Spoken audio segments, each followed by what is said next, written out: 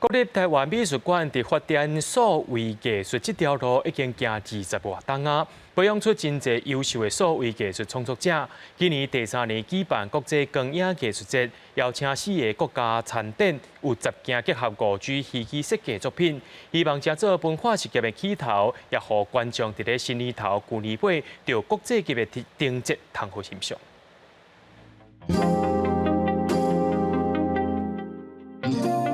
五彩灯光闪闪是用5G 技术结合光影立体媒材戏剧设计，作品主题包括 Metaverse 元宇宙、地心力，以光线做主题，打造剧场、舞台，也搁有光影空间。2022年台湾国际光影艺术节，希望成做文化事業等嘅起點。このプロジェクトは新しい通信規格 5G を利用して単に高速低遅延通信を行うだけではなくダンサーとロボットのインタラクティブなコラボレーションによる斬新的なパフォーマンスの実現を行います。我希望用光去做一个角色，甲观众进行交流，和观众入来我的作品内底，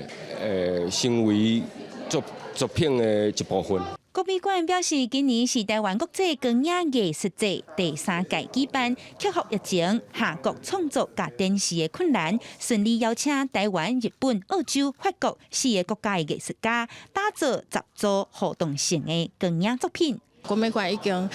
发展数艺术已经20年吼伊事实上培养出做